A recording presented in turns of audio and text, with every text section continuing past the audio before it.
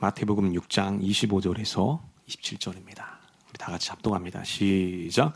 그러므로 내가 너희에게 이르노니 목숨을 위하여 무엇을 먹을까 무엇을 마실까 몸을 위하여 무엇을 입을까 염려하지 말라.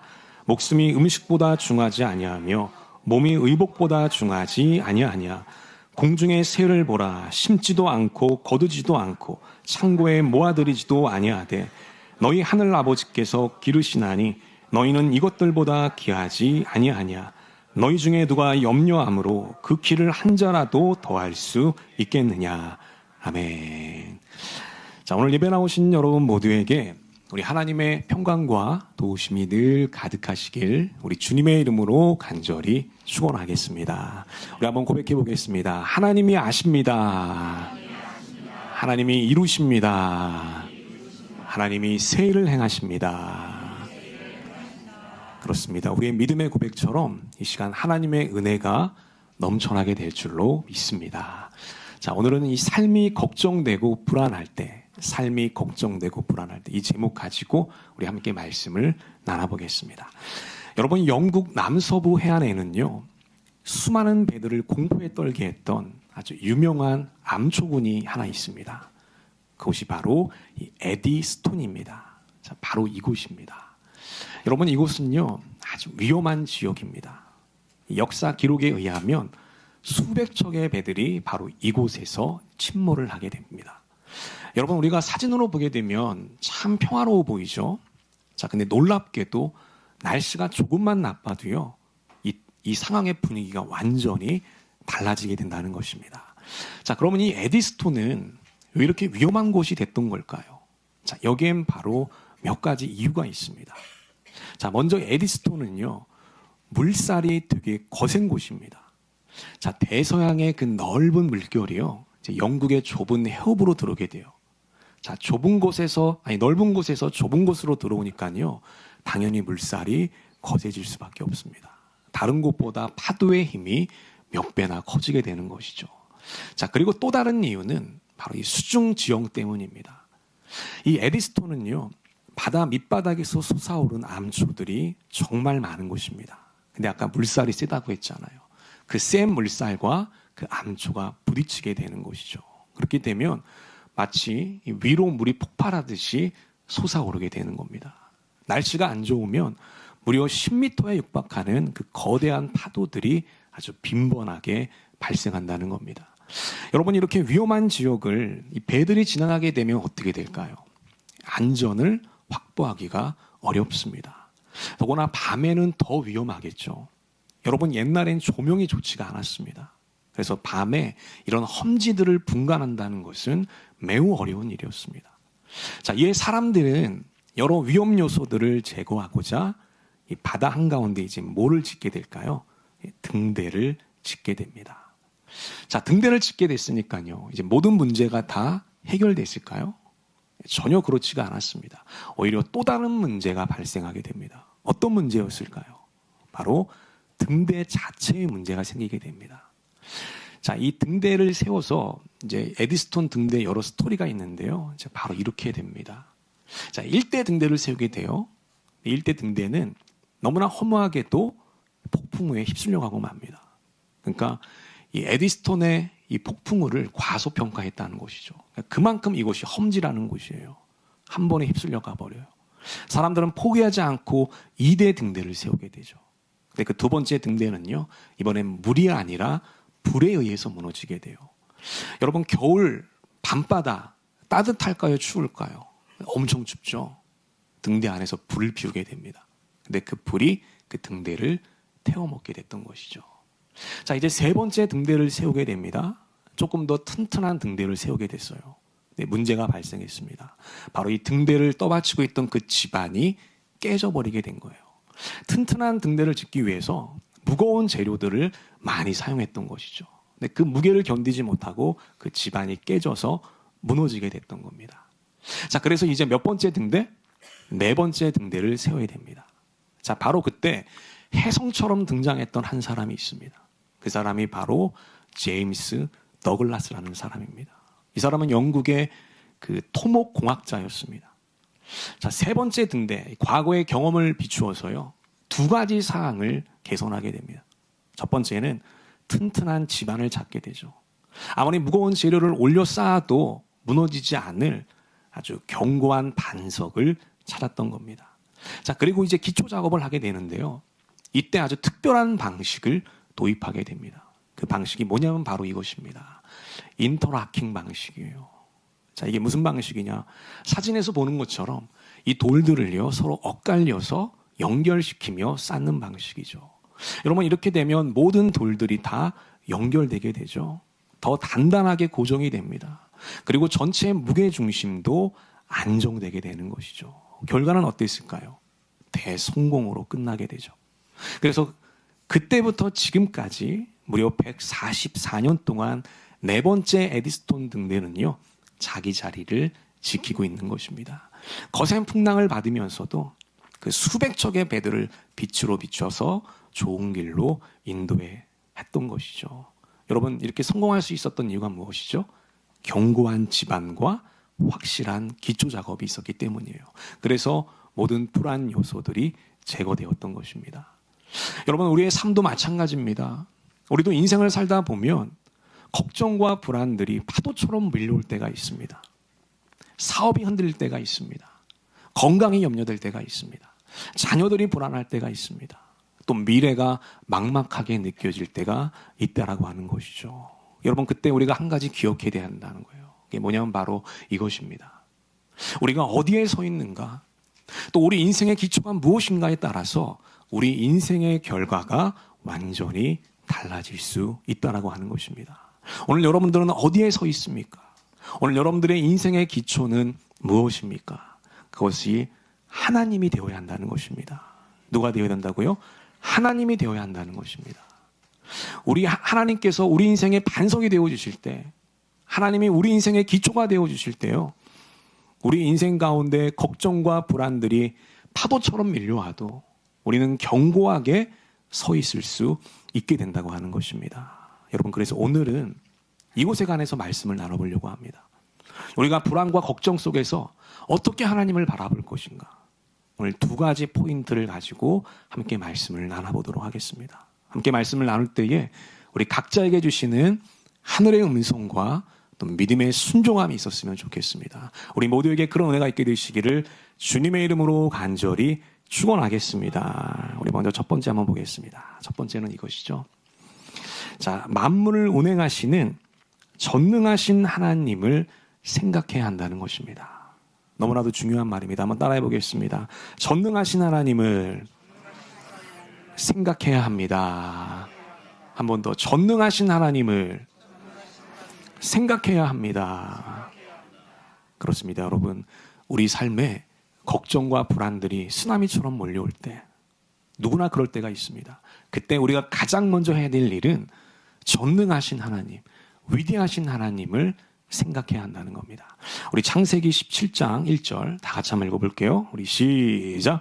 아브라함이 99세 때에 여호와께서 아브라함에게 나타나서 그에게 이르시되 나는 전능한 하나님이라 너는 내 앞에서 행하여 완전하라. 아멘. 여러분, 이 구절은 하나님이 아브라함에게 하신 말씀이죠. 여러분, 이 당시 아브라함은요, 한 가지 큰 걱정거리가 있었습니다. 바로 후계자에 대한 문제가 있었어요. 여러분, 아브라함은 청동기 시대 사람입니다. 어느 시대라고요? 청동기 시대 사람이에요. 그는 족장이었고요, 큰 부족을 이루고 있었습니다. 근데 그 부족을 계승할 후계자가 없었던 거예요. 아들이 없었던 것입니다. 여러분, 이것은 그 당시 매우 치명적인 문제였습니다. 그 큰 부족을 계승할 만한 후계자가 없다는 것은요, 그 부족이 앞으로 와야 될 것이고 분열될 것을 의미했기 때문입니다. 부족이 생존하는데 어려움을 겪게 될 것이라는 것이죠. 그래서 이 후계자 문제는 비단 아브라함의 개인의 문제가 아니라 많은 사람들의 생사가 걸려있는 매우 중요한 문제였다는 것입니다. 게다가 여러분, 아브라함은 뭐가 또 많았죠? 나이가 많았어요. 그래서 우리가 방금 읽은 구절에 보면 몇 살이라고 나옵니까? 99세다라고 나옵니다. 여러분, 이때 이 사라의 나이는 몇 살이었을까요?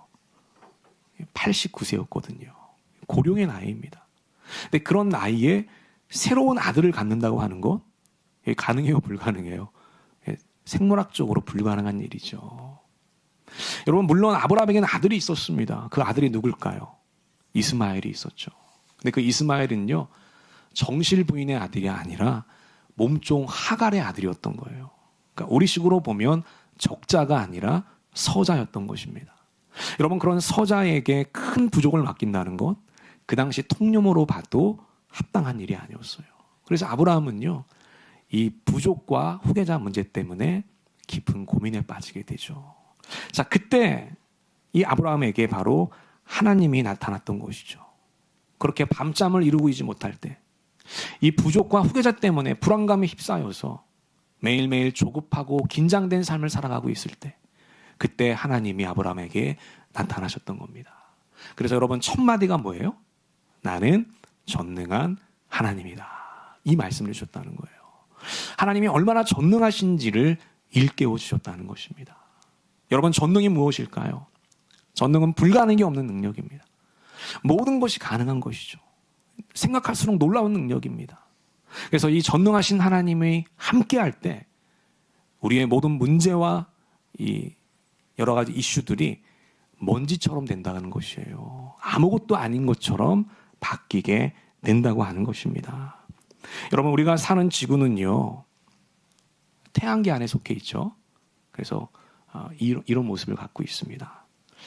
자, 이렇게 태양계 안에는 이제 한 개의 별과 그다음에 8개의 행성으로 이루어져 있습니다.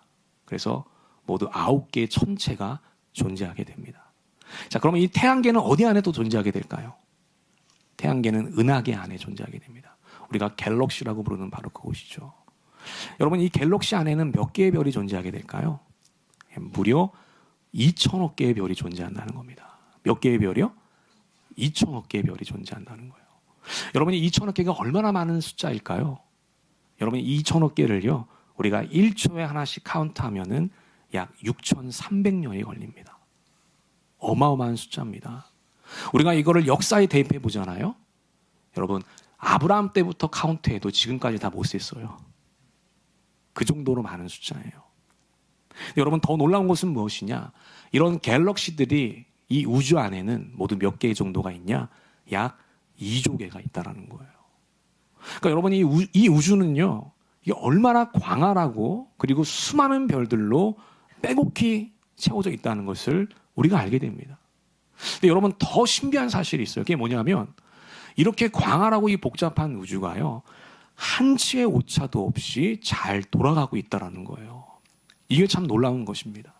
그래서 여러분, 학자들에 의하면 이 우주를 잘 지탱해주고 있는 것이 하나 있는데, 그게 뭐냐면 바로 중력 상수라는 것이 있습니다. 뭐가 있다고요? 중력 상수라는 것이 있어요. 이 중력 상수가 있기 때문에 우주 안의 질서가 유지되는 것입니다. 근데 이 중력 상수, 이 수치가 아주 미세한 오차만 보여도요, 이 우주의 질서는 파괴된다고 하는 것이에요. 얼마나 미세한 오차가 있어야 되느냐? 무려 10의 60승에 해당되는 오차만 있어도, 그렇게 작은 오차만 있어도 이 우주는 무너지게 된다는 거예요. 여러분, 10의 60승이라고 하니까 감이 오세요, 안 오세요? 감이 안 오죠? 도대체 저거는 무슨 안드로메다 같은 숫자인가? 우리가 이렇게 생각할 수 있는데, 여러분, 제가 한번 예를 들어 보겠습니다. 여러분, 이 지구에는요, 수많은 모래알들이 있습니다. 그렇죠? 우리 해변가에 감안해도 작은 모래알들이 있습니다. 이 지구에 존재하는 모래알은 모두 몇 개나 될까요? 여러분, 그것을 카운트하는 것이 가능할까요? 불가능합니다. 아무리 과학이 발전하는 시대를 살고 있다고 해도 모든 모래알을 카운트하는 것 불가능합니다. 그래서 여러분, 학자들은요, 추정합니다. 이 지구에는 10의 18승에서 20승 정도 되는 모래가 있을 것이다. 자, 10의 20승은 뭐냐? 1 뒤에 0이 20개가 붙어 있는 겁니다. 어마어마한 숫자죠.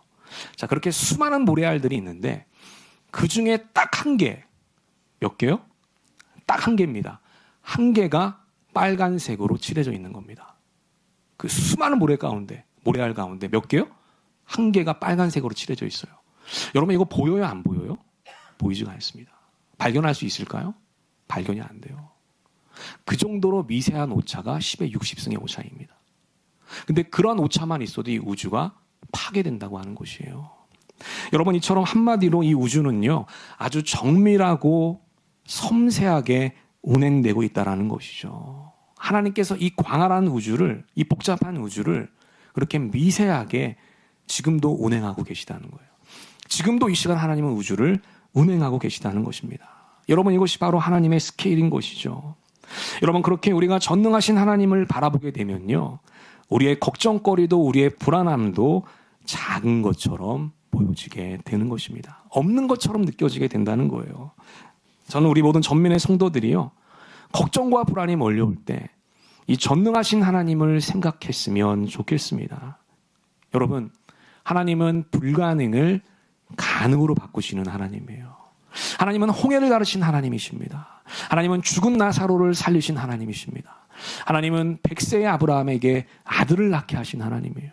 하나님은 오병이어를 가지고 5천 명이 넘는 사람들을 먹이셨던 분이십니다. 여러분, 이 전능하신 하나님을 생각하십시오. 우리의 삶의 문제와 모든 이슈들이 없는 것처럼 느껴지게 될 것입니다. 먼지처럼 느껴지게 될 것입니다. 문제를 보지 마시고 전능하시고 위대하신 하나님을 바라보시기를 주님의 이름으로 간절히 축원하겠습니다. 하나님의 크심을 인정할 때, 그때 우리 안에 있는 걱정과 불안들은 눈 녹듯이 녹아지게 될 것입니다. 그리고 하늘의 평강이 임하게 될 거예요. 능력이 임하게 될 것입니다. 그리고 여러분들의 그 문제를 가장 좋은 길로 해결해 주실 것입니다. 우리 모두에게 그런 애가 있게 되시기를 주님의 이름으로 간절히 축원하겠습니다. 첫 번째는 무엇이다? 전능하신 하나님을 바라봐라. 걱정과 염려가 몰려올 때 전능하시고 위대하신 하나님을 생각하시기를 바랍니다. 두 번째 보겠습니다. 자, 두 번째는 이것이죠. 우리 걱정의 에너지를 기도의 추진력으로 바꿔야 한다는 것입니다. 자, 너무나도 중요한 얘기 한번 따라해 보겠습니다. 걱정의 에너지를 기도의 추진력으로 바꿉시다. 그렇습니다. 걱정과 염려가 몰려올 때 그 걱정의 부정적인 에너지, 그 에너지를 가지고 기도하는 데 써야 한다는 것이에요. 자, 우리 빌립보서 4장 6절 7절 다 같이 한번 읽어볼게요. 우리 시작. 아무것도 염려하지 말고 다만 모든 일에 기도와 간구로 너희 구할 것을 감사함으로 하나님께 아뢰라. 그리하면 모든 지각에 뛰어난 하나님의 평강이 그리스도 예수 안에서 너희 마음과 생각을 지키시리라. 아멘. 여러분, 이 구절은 바울이 이 염려를 어떻게 다뤄야 되는지 그 비결에 대해서 말씀하고 있습니다. 근데 그 비결이 뭐라는 겁니까? 기도라고 하는 것입니다. 비결이 뭐라고요? 기도입니다. 자, 여기 보면 그 기도는요, 그냥 일반적인 기도가 아니에요. 여기 보니까 뭐라고 얘기했냐면 감사함으로 하나님께 아뢰라, 이렇게 말합니다. 여러분, 이 감사는요, 환경이 바뀌었기 때문에 감사하는 것이 아니에요. 조건은 동일합니다. 상황도 그대로예요. 변한 것이 아무것도 없습니다. 그런데 어떻게 감사하며 기도할 수 있을까요? 자, 바로 하나님을 신뢰할 수 있기 때문입니다. 감사할 수 있는 이유가 뭐라고요? 하나님을 신뢰할 수 있기 때문이죠. 여러분, 성경에 보면 하나님은 우리의 머리카락까지도 세시는 분이라고 얘기해요. 그 정도로 우리들에게 섬세한 관심을 갖고 있다는 거예요. 여러분들 주변에 사랑하시는 분들이 너무나 많죠. 나를 사랑하는 분들이 우리 주변에 있어요. 근데 그 사람들 중에서 여러분들의 머리카락까지 세신 사람이 있을까요? 없거든요. 그건 무가치한 일이기 때문이에요. 근데 하나님은 여러분들의 머리카락 하나까지도 세실 정도로 아주 섬세하고 깊은 관심을 갖고 있다는 거예요. 바로 그 하나님을 신뢰하는 것이죠. 내 머리카락까지 세시는 그 하나님이 내 인생을, 내 가정을, 내 사업과 일터를, 내 모든 삶의 자리를 책임져 줄 것이다. 이런 믿음으로 나아가는 것입니다. 여러분, 그렇게 될 때 우리는 하나님의 능력을 경험하게 되는 것이죠. 여러분, 우리 인간들이 진짜 불안해하는 이유는 무엇일까요? 우리가 불안감을 느끼는 근본적인 이유는 무엇일까요? 바로 내가 통제할 수 없기 때문입니다. 여러분, 우리가 생각해 보면요, 우리 인생은 내가 통제할 수 있는 것보다 통제하지 못하는 것이 더 많습니다. 한번 잘 생각해 보십시오. 통제하지 못하는 것이 압도적으로 더 많습니다. 여러분들은 여러분들의 머리카락을 통제할 수 있습니까? 머리카락이 안 빠지도록 통제할 수 있습니까? 여러분들은 여러분들의 손톱과 발톱을 통제할 수 있습니까? 내가 통제할 수 없어요. 우리 마음도 마찬가지죠. 내 마음인데 내 마음대로 하지 못해요. 생각도 마찬가지입니다. 내가 하고 싶지 않아도 그 생각이 자꾸 떠올라요. 내가 통제할 수 없는 것이죠. 여러분, 그래서 기도가 무엇이냐? 바로 이 모든 통제권을 하나님께 맡기는 것이에요. 그래서 이렇게 기도하는 겁니다. 하나님, 저는 할 수 있는 것이 아무것도 없습니다. 모든 것을 하나님께 맡겨 올려드립니다. 하나님께서 모든 것을 책임져 주시옵소서. 이렇게 우리의 모든 두 손을 들고 내려놓는 것이죠. 우리가 그렇게 기도할 때 오늘 이 말씀처럼 모든 지각에 뛰어나신 하나님의 평강이 우리의 마음과 생각을 지키게 되는 것입니다. 그런 은혜가 있게 되시기를 주님의 이름으로 간절히 축원하겠습니다. 여러분, 전통 무예 중에 유도라고 하는 것이 있어요. 올림픽 종목이기도 하죠. 바로 이것입니다. 이 업어치기와 허리치기, 아주 시원한 기술이죠. 그것이 아주 일품인 무예입니다. 여러분이 유도는 이 뜻이 뭘까요? 유도의 뜻. 자, 유도의 뜻이 뭐냐면 한자가 이렇게 돼 있어요. 저 유자가 무슨 유자면 부드러울 유자라는 거예요. 그래서 우리가 유도를 직역하면 뭐냐면 부드러운 길입니다. 그러니까 유도는 이 부드러운 길을 찾는 무예예요. 그래서 여러분, 유도의 핵심이 뭐냐면 이 부드러움과 유연함에 있다는 것이죠. 상대방이 나를 힘으로 밀려고 해요. 그때 힘으로 맞받아치는 것이 아닙니다. 유도는 그 힘을요, 부드럽게 흘려보내면서 당기고 넘기는 것이에요. 그래서 한마디로 이 유도는 상대방의 그 공격 에너지를 부드럽게 흘려서 반격하는 무예인 것입니다. 근데 여러분, 우리의 신앙생활도 똑같다는 거예요. 우리의 원수마귀 사탄은 우리를 걱정이라고 하는 힘으로 밀어붙일 때가 있어요.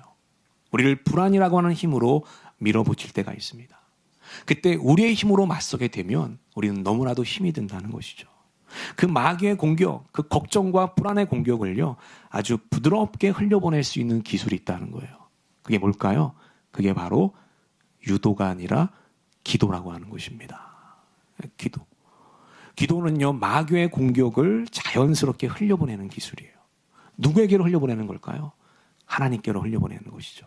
그래서 하나님의 능력으로, 내 능력이 아니라 하나님의 능력으로 반격하는 것, 그것이 바로 기도라고 하는 것입니다. 여러분, 그렇기 때문에 우리는 걱정과 싸우지 말아야 된다는 거예요. 오히려 그 걱정의 힘으로 하나님께 엎드려야 되는 것입니다. 하나님께 간구해야 되는 것입니다. 하나님께 부르짖어 나가야 되는 것이에요. 그래서 여러분, 우리 한번 따라해 보겠습니다. 걱정을 기도로 바꿉시다. 한 번 더, 걱정을 기도로 바꿉시다. 여러분, 꼭 그렇게 실천하게 되시기를 주님의 이름으로 간절히 축원하겠습니다. 저는 우리 모든 전민의 성도들이요, 이 기도의 능력을 경험했으면 좋겠습니다. 그래서 이렇게 했으면 좋겠어요. 오늘 집에 가셔서 여러분들의 걱정거리를 한번 적어보십시오. 여러분, 머릿속에 맴도는 것보다 실제로 적어보는 것이 얼마나 중요한지 몰라요. 그렇게 가시적으로 나타날 때 우리는 더 구체성을 느끼게 됩니다. 여러분들을 괴롭히는 걱정거리들과 불안거리들을 직접 적어보십시오. 그 다음이 중요합니다. 그리고 그 걱정거리를 보시면서 여러분, 믿음으로 선포하십시오. 이 문제들은 전능하신 하나님께는 아무것도 아니다. 이렇게 선포하는 거죠. 따라해 볼까요? 이 문제들은 전능하신 하나님께는 아무것도 아닙니다. 한 번 더, 아무것도 아닙니다. 이렇게 믿음으로 선포하는 거예요. 걱정과 불안들이 떠나게 될 줄로 믿습니다. 그리고 여러분, 또 하나는요, 걱정이 몰려올 때, 불안감이 몰려올 때 이걸 막을 수는 없습니다. 우리가 통제할 수 없어요. 그러나 이런 것들이 몰려올 때 여러분, 기도하시기를 바랍니다. 여러분, 이 기도는요, 꼭 무릎 꿇고 눈을 감고 하는 기도가 아니에요. 여러분들이 걸어가면서 기도할 수도 있고요, 설거지하면서 기도할 수도 있고요, 청소하면서도 기도할 수 있습니다. 그저 마음속으로 기도하는 것이죠.